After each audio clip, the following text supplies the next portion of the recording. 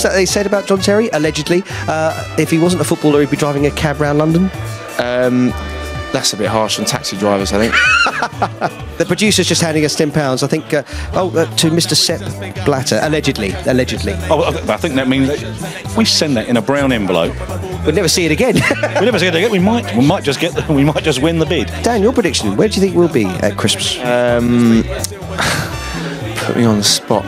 Sue is a Crystal Palace fan. Eagles. I think David's just wanted to do some charity work in the Croydon area, so... It's a lovely, chilly November night. I've just been to watch the Albion. I've come to my favourite pub for the post-match celebration, or not as the case may be, the Battle of Trafalgar. We've got a few beers waiting for us inside. We're going to chat about the game, and we're going to chat about the future. We're going to chat about possible new players. We're going to meet some regular guests that we've had before, Dave Swaffield, Dan Tester, with views on the Albion. So why don't you join me for a beer? Come on.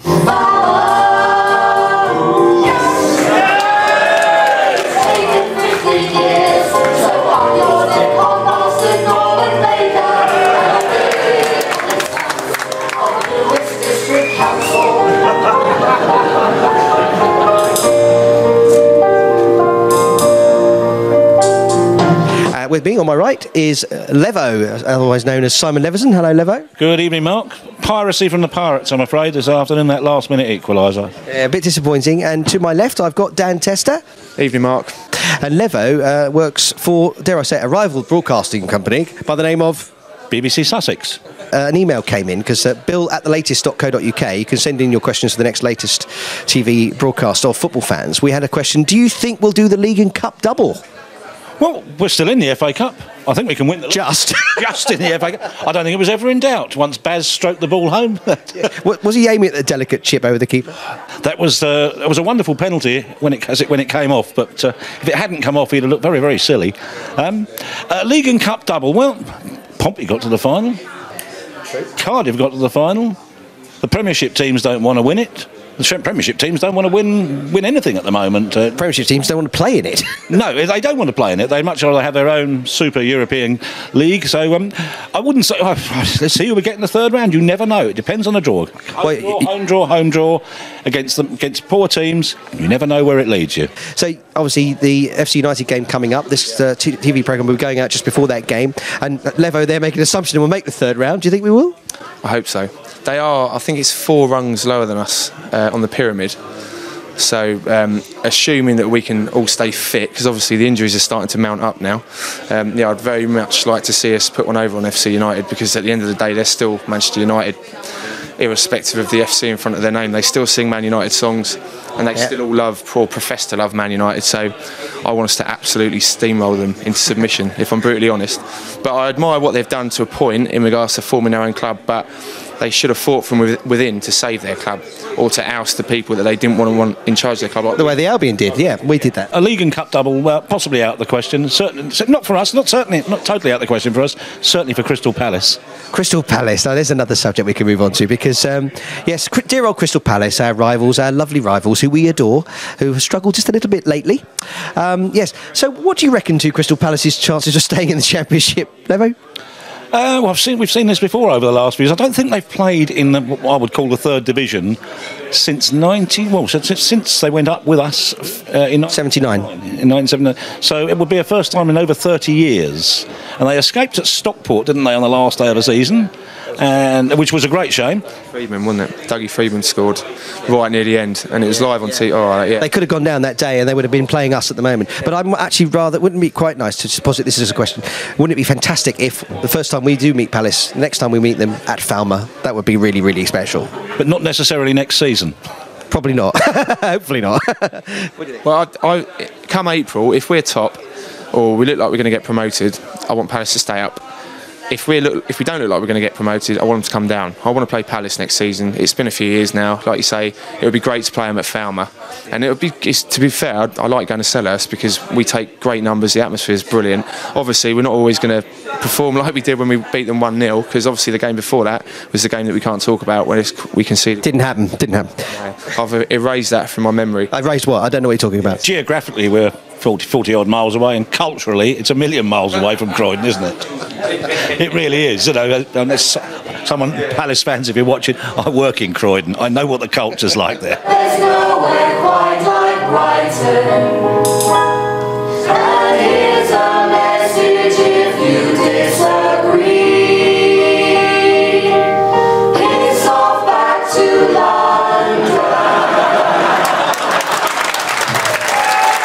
I'm delighted to be joined by Sue Lapwood. That's right. Sue is a Crystal Palace fan. Eagles.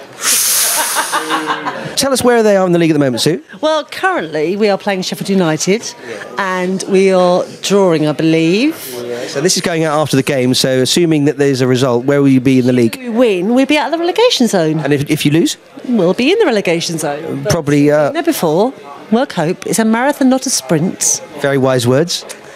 And what do you think of agent Edgar Davids, who obviously did a great job for you? He defected, didn't he? So He didn't do that well for you, though, did he? no, but I don't know why we got him in the first place, for God's sake. Well, I think I know, because there's his transfer fee. I think Davids just wanted to do some charity work in the Croydon area, so he was there to help them out. So it was good. You've got a great story about Croydon. Now, can I just point out this? You used to be a train driver, and the old trains used to have to empty their toilets in certain areas of the track. Where was it used to empty the toilets?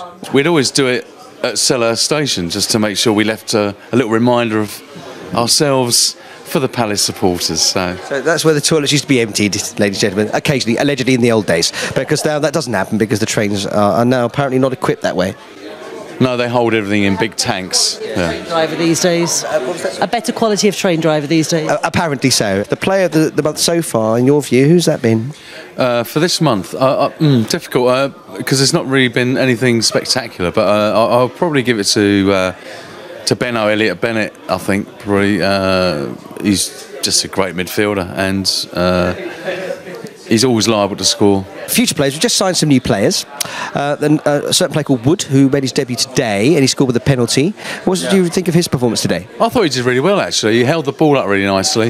I think it's more interesting, actually, is Gus's comments in the Argus today that there's someone very special going to be coming before the end of the week, so that's quite exciting. Oh, do you think there'll be a replacement for Kazenga Lualua? Well, yeah, I think that's what he's looking at, and it sounds like it's going to be, I don't know. You never know, Gus. We trust Gus, and Gus normally does the right thing. And from what the hints he's dropping, it's going to be pretty good. Well, it does sound like a positive. Edgar Davids, yeah. I doubt it. Where's that money? Yeah, the transfer fee value just went down. We will stay up. You are staying up, and are they staying up? No, they're going down. And are we going up? And we're going up. Well, they heard it here first.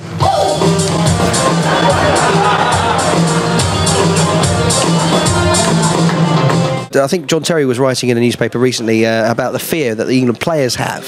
They daren't even smile in a close-up on the pitch in case. It's probably ghostwritten, to be fair. I don't think he wrote it. What's that they said about John Terry? Allegedly, if he wasn't a footballer, he'd be driving a cab round London. That's a bit harsh on taxi drivers, I think. Yeah, I don't think, like you say, that playing for England. To be honest, I'm English and I'm proud to be English, but I don't really go for this sort of, beating the chest England thing. I never have done. And at the moment, like you say, I watched a bit of the Friday on in the background while I was doing something else because I just couldn't be bothered. Why should I give my time and energy to watch that if they can't be bothered to give their time and energy? The producer's just handing us £10, I think, to Mr. Sepp Blatter, allegedly. Oh, I think that means that if we send that in a brown envelope, we'll never see it again. we'll never see it again. We might just win the bid. It might just tip us over. I think it's a few quid more than that, Lever. Whatever happens, we'll probably be watching. We will be watching most of these games, whether they're being played at Wembley or in Moscow. We'll be watching them in the pub. Levo, you've been a co-author of a book. What's the book called? We Are Brighton. It came out to celebrate two titles, 2001 and 2002. Glory days.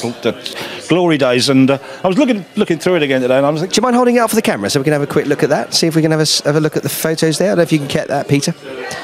It was, my favourite was at Colchester. We were a one-man team, everybody said, because Bobby Zamora was obviously the talisman then, scoring lots of goals, and he was out injured, and for that on that occasion, and we brought in Wayne Gray. I think he came in on loan from Wimbledon, if I remember. The song, go back to songs, Sunshine on a Wainy Grey. Indeed, Sunshine, I don't know. Great song. Yes, Mark. And we murdered them 4-1, and it was a terrific performance. And some of the pictures from there of the fans, and again, Layer Road. That was a great little ground to go behind. Not a very big away end, but you could make a lot of noise because there was a roof, and make a lot of noise. We did that day. It was quite a game, like you said. 10. Well, whatever the score was to the 10-man team. You were there then? I wasn't actually. You weren't there, Dan. Shock horror. I listened to that in the car park in Rustington. I remember it well. The glamour. Yeah. Your views of where we might be at Christmas? Well, it's 3 very difficult games coming up. Southampton away, Colchester at home. A possible cup, well, certainly an FA Cup tie, possibly a replay with FC United of Manchester, and then Huddersfield away, where we lost spectacularly last season. 7-1? 7-1 last season. I think before today, had we won today, I would have said avoid defeat in those 3 games. I'd be more than happy. I think we need to win at least one of them now. Hopefully we'll win it on Tuesday night, because Gus Poyet wanted to be 10 points clear of Southampton going into that game. And your book again, what was the title again? It's We Are Brighton, and it's available in all good bookshops. There we go. Probably still. There it is. Levo's book. But yes, Dan, your prediction, where do you think we'll be at Christmas? I think we'll be in the top 2, but I don't necessarily think we'll be top or clear. I think we'll draw at Southampton. I think we're going to thrash FC United, hopefully. You only sing when you're winning, but we're not losing at the moment, so I feel like singing a little bit, but not maybe in the pub.